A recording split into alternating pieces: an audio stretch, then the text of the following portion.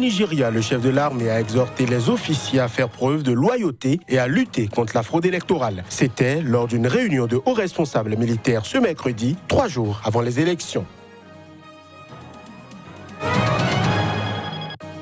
En Algérie, plusieurs responsables de l'opposition étaient réunis ce mercredi. Objectif, discuter d'une candidature unique à la présidentielle du 18 avril. Mais aucune avancée notable n'est signalée. Au Maroc, plusieurs personnes ont été blessées ce mercredi à Rabat. C'était lors de l'intervention de la police contre une grande manifestation d'enseignants du secteur public contre les contrats à durée déterminée.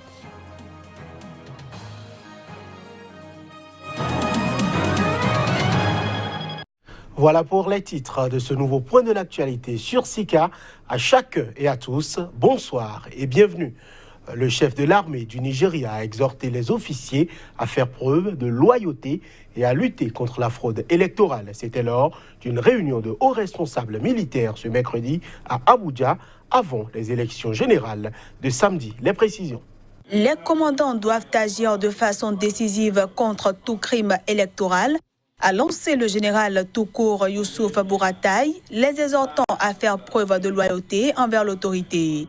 Ces déclarations interviennent au moment où la tension monte au Nigeria après le report des élections présidentielles et législatives qui auraient dû avoir lieu le samedi 16 février dernier et qui ont été reportées d'une semaine, quelques heures avant l'ouverture prévue des bureaux de vote. Ce report a provoqué de la colère au Nigeria et les deux principaux partis politiques se sont imputés la responsabilité du report du scrutin, assurant qu'il existait un complot pour truquer le vote. Lundi, l'APC, le Congrès des progressistes au pouvoir, a tenu une réunion au cours de laquelle le président Muhammadu Buhari, en lice pour un second mandat, s'est exprimé sans phare. Si quelqu'un vole une urne ou utilise des criminels pour perturber le scrutin, ça sera probablement le dernier acte criminel qu'il commettra. Une phrase perçue comme un appel à la haine et au crime extrajudiciaire dont l'armée nigériane est souvent accusée. L'opposition a critiqué ces propos, les considérant comme un encouragement à la violence. Le président sortant a annoncé qu'il avait demandé aux militaires et à la police d'être impitoyables avec ceux qui se rendraient coupables de fraude électorale. L'ancien vice-président et candidat du PDP, opposition, Atiku Abubakar, a déclaré que l'avertissement de Muhammadu Buhari constituait un rappel de l'ère de la dictature et du régime militaire. Au Sénégal, la présidentielle se tiendra le dimanche prochain, un scrutin qui se tiendra probablement sans le Parti démocratique sénégalais de l'ex-président Abdoulaye Wade. Le parti n'a pas de candidat dans la course et l'ancien président n'a toujours pas donné son soutien à un candidat. Il appelle d'ailleurs au boycott du scrutin. Le point avec Cheikh Berté, notre correspondant sur place. Après 3 semaines de campagne à l'intérieur du pays, les candidats sont de retour à Dakar, la capitale. La ville représente un enjeu important. Elle concentre le plus grand nombre d'électeurs sénégalais. Mais ce qui a surtout marqué cette campagne, ce sont les appels au boycott permanent émis par l'ex-président Abdoulaye Wade. Il ne digère toujours pas l'invalidation de la candidature par le Conseil constitutionnel de son fils Karim Wade. Nous décidons de nous attaquer au bureau de vote pour qu'il n'y ait pas d'élection. Parce que nous estimons que si nous brûlons 50 ou 70% des bureaux de vote, on sera obligé de recommencer l'élection dans d'autres conditions. La position de l'ex-président divise d'abord au sein même de sa propre formation politique, mais aussi dans la rue. C'était un peu exagéré de dire, parce que lui, il était président du Sénégal, il a organisé des élections, mais personne n'a demandé de brûler les cartes et saboter le scrutin. Je ne suis pas pour, je suis contre ça. Je vais voter le jour du scrutin et peut-être je vais voter contre le président Macky Sall, mais ça ne veut pas dire que je vais aller faire du scandale pour pouvoir contrer les élections. Cette présidentielle de dimanche prochain sera inédite. Ce sera la première fois dans l'histoire politique du Sénégal que les deux partis historiques du pays, le PDS de l'ex-président Abdoulaye Wade, mais aussi les partis socialistes des présidents Léopold Sédar Senghor et de Abdou Diouf, n'auront pas de candidats dans la course. On parle de scrutin présidentiel. Toujours, plusieurs responsables de l'opposition étaient réunis ce mercredi à Alger. Objectif, discuter d'une candidature unique à la présidentielle du 18 avril en Algérie. Mais ils se sont séparés en début de soirée sans avancer sur le sujet. Imaginez. Dans un bref communiqué, ces responsables, parmi lesquels des candidats déclarés à la présidentielle, affirment simplement leur soutien aux manifestations populaires qui ont éclos ces derniers jours en Algérie contre le 5e mandat que brigue le président Abdelaziz Bouteflika. Les personnes présentes à la réunion valorisent les manifestations populaires pacifiques et les soutiennent et mettent en garde le pouvoir contre les confrontations avec les citoyens qui ne font que pratiquer leurs droits constitutionnels en manifestant et en exprimant leur refus de la continuité de l'État actuel.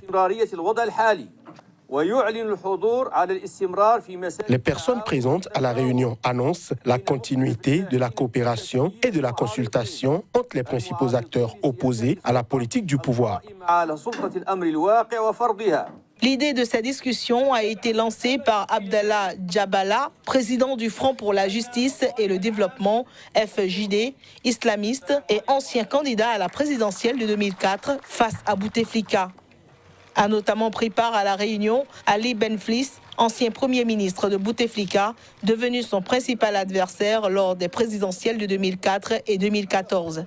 S'il a annoncé son intention d'être candidat, Benflis attend toujours l'aval de son parti, divisé sur l'opportunité de participer au scrutin. Était également présent Abderrazak Makri, chef et candidat désigné du mouvement de la Société pour la paix, MSP, principal parti islamiste, et plusieurs représentants de formations de moindre envergure. Un autre candidat déclaré, le général à la retraite Ali Guédiri, arrivé il y a quelques mois de façon fracassante sur la scène politique algérienne. Il avait décliné l'invitation sans explication et était le grand absent de la rencontre. Élu pour la première fois en 1999 sans opposition, l'ensemble de ses adversaires s'était alors retiré. Bouteflika a depuis été réélu 3 fois avec, à chaque fois, plus de 80% des voix dès le premier tour. Mesdames et messieurs, cette édition se poursuit au Maroc. Plusieurs personnes ont été blessées ce mercredi à Rabat. C'était lors de l'intervention de la police contre une grande manifestation d'enseignants du secteur public. Par milliers, les enseignants protestent contre les contrats à durée déterminée CDD en vigueur depuis 2016 dans l'éducation nationale. Les images.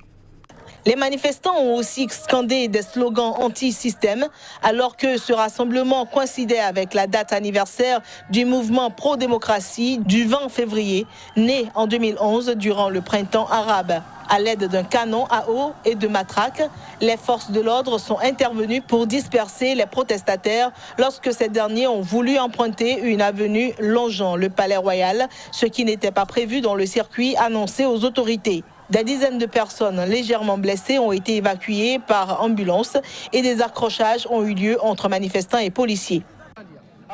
Le principe du contrat, c'est de créer une mission et dès que cette mission est terminée, le responsable quitte ses fonctions. Mais nos enfants et notre éducation sont-ils une mission provisoire? Pourquoi leur faut-il un contrat? C'est une tâche qui doit être durable pour l'enseignant, pour qu'il puisse avoir une vie stable au niveau psychologique et social et pour qu'il puisse éduquer nos enfants. Nous sommes venus ici comme prévu dans le cadre de notre programme de 4 jours de grève du 19 au 22. Nous organisons cette marche nationale ici à Rabat et nos revendications sont claires. Tout le monde les connaît. La première, c'est de faire échouer le programme de contractualisation. Le dialogue se poursuit avec les syndicats de l'enseignement et une rencontre prévue le 25 février va porter sur leurs revendications, d'après un responsable du ministère de l'Éducation sous le couvert de l'anonymat. Les principaux syndicats marocains avaient annoncé soutenir la marche des enseignants et appelé à une grève générale dans le secteur public. La grève générale a rencontré une large adhésion, selon un responsable de la Confédération démocratique du travail, CDT.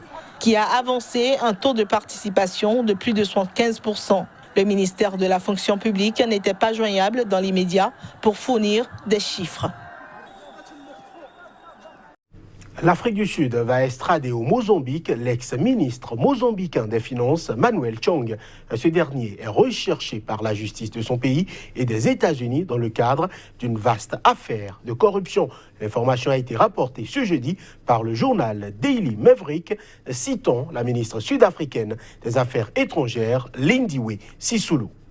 Manuel Chong a été arrêté fin décembre à l'aéroport de Johannesburg sur demande d'un procureur américain et fait l'objet de demandes d'extradition des États-Unis et du Mozambique.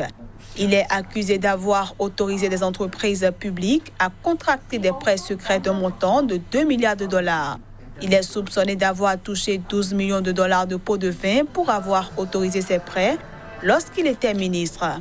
Jusqu'à présent, nous avons reçu une demande d'extradition de la part du Mozambique et nous l'avons acceptée, a déclaré la chef de la diplomatie sud-africaine, Lindiwe Sisulu, citée par le journal sud-africain en ligne Daily Maverick.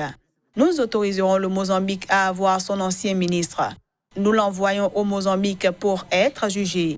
Et nous estimons que c'est la chose la plus simple à faire pour tous, a-t-elle ajouté.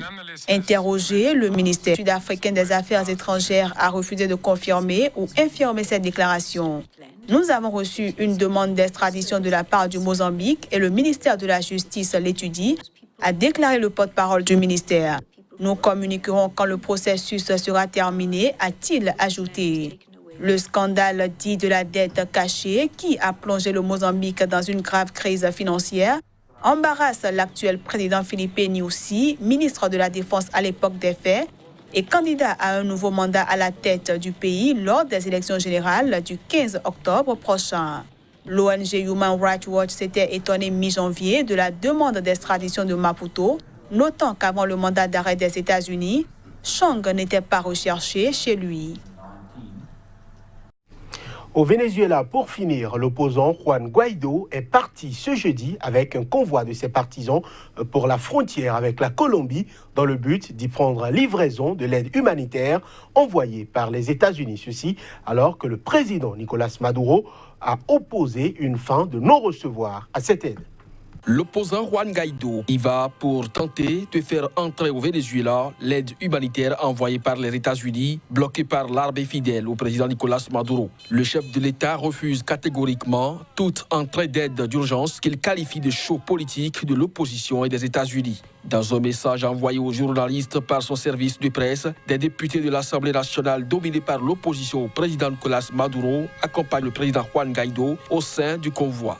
Auparavant, Juan Guaidó avait affiché sa détermination de briser le blocus militaire du pays imposé par Nicolás Maduro. Mais la grande inconnue reste toujours la façon dont l'opposant et ses partisans comptent rompre le blocus militaire que le gouvernement ne cesse de renforcer. Reconnu comme président par intérim par une cinquantaine de pays, Juan Guaidó a expliqué que des brigades de volontaires se rendraient en caravane en différents points de l'état de Táchira, frontalier avec la Colombie, et celui de Bolívar, au sud, frontalier avec le Brésil. Il a également mentionné les ports de Cabello et de la Guaira, les deux principaux du pays. Juan Guaidó a choisi la date symbolique du 23 février pour l'entrée de l'aide, un mois tout juste après son autodéclaration comme président par intérim. Et ceci à la suite de la décision du Parlement de déclarer Nicolás Maduro comme usurpateur, considérant qu'il a été réélu frauduleusement. Voilà qui met un terme à ce journal. Merci de l'avoir suivi. Agréable nuit à chacun et à tous.